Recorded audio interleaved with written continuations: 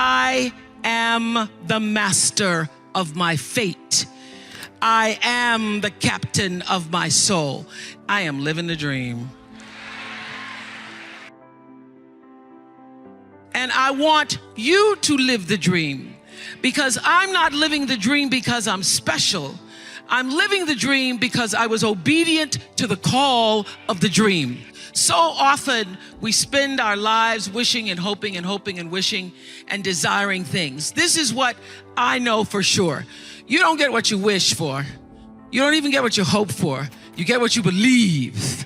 So what is it you believe and know to be God's dream for you? So I live in the dream. I'm living in the space of the dream, and dream's good, dream's good. The dream is greater than anything that I could have imagined.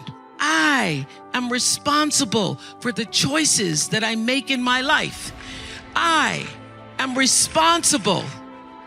I am responsible. So obviously I grew up and was better able to articulate what those words really mean. And I discovered in physics class, the third law of motion in physics says, for every action, it's called Newton's law, and it says for every action, there is an equal and opposite reaction. So what does that mean? That means everything that you are putting out into the world, every action, bam, there is an equal and opposite reaction. It means no matter what you do, the energy of what you do, what you say, and most important, the energy of who you are is going out into the world, into your home, into your relationships, and that energy is always coming back to you. You are responsible for the energy that you are pulling out into the world, because that very energy, bam, is coming right back to you every single time, whether you believe it or not, because it is law. It is law. It is law that what you put out into the world is coming back. You have an intention for the thing, and that the intention is going to determine the outcome. In this Twitter tweet, mean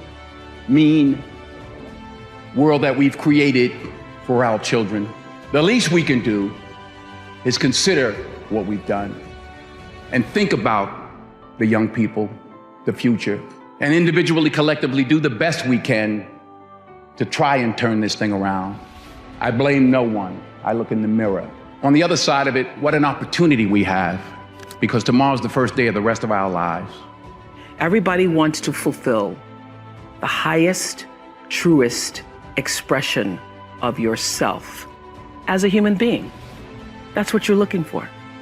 The highest, truest expression of yourself as a human being. And because I understand that if you're working in a bakery and that's where you want to be, and that may be what you've always wanted to do, is to bake pies for people or bake cakes for people or to offer your gift, then that's for you. And there's no difference between you and me, except that's your platform. That's your show every day. So my understanding of that has allowed me to reach everyone. To reach everyone. And there's no way that you wouldn't, because that's what I truly feel. So I was torn between what the world was saying to me and what I felt to be the truth for myself. It felt like an unnatural act for me reporting, although I knew that to a lot of people it was glamorous. And I started to just inside myself think, what do I really want to do, what I really want to do.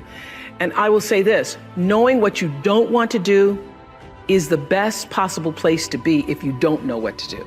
Because knowing what you don't want to do leads you to figure out what is it you really do want to do. Overcoming failure, or even life in general through this whole process, is an inner journey.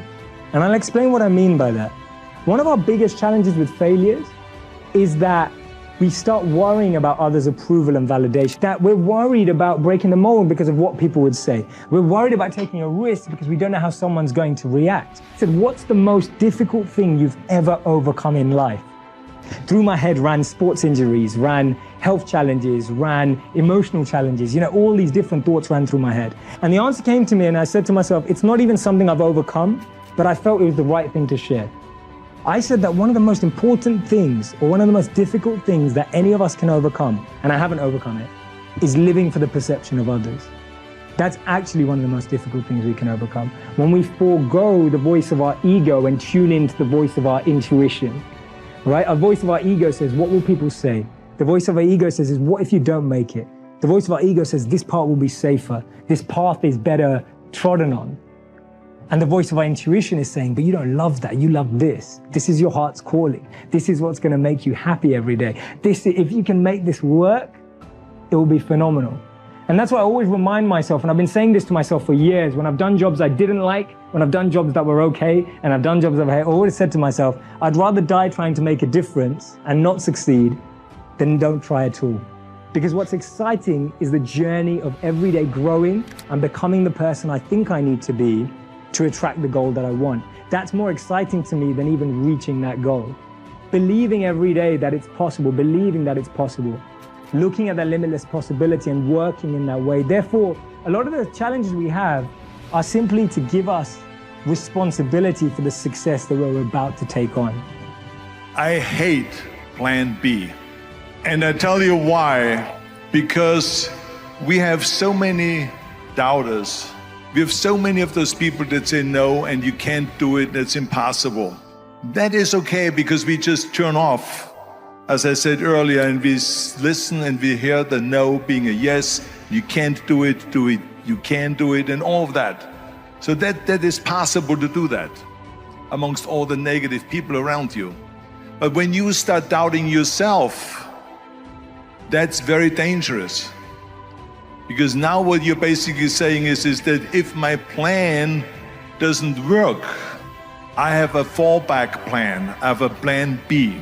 And that means that you start thinking about plan B, and every thought that you put into plan B, you're taking away now that thought and that energy from plan A. And it's very important to understand that we function better if there is no safety net, because plan B becomes a safety net. It says that if I fail, then I fall and I get picked up and I have something else there that will protect me. And that's not good, because people perform better when there's no safety net. People perform better in sports and everything else if you don't have a plan B. I'm telling you, I've never ever had a plan B. I made a full commitment that I'm gonna go and be a bodybuilding champion. I made a full commitment that I'm gonna be in America. I made a full commitment that I'm gonna get into show business and I'm going to be a leading man. No matter what it takes, I will do the work. I will do the work over and over and over until I get it. So to me, it is very dangerous to have a plan B, because you're cutting yourself off from the chance of really succeeding. And the reason, one of the main reasons why people want to have a plan B is because they are worried about failing.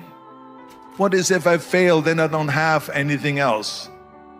Well, let me tell you something, don't be afraid of failing, because there's nothing wrong with failing. You have to fail in order to climb that ladder. There's no one that doesn't fail.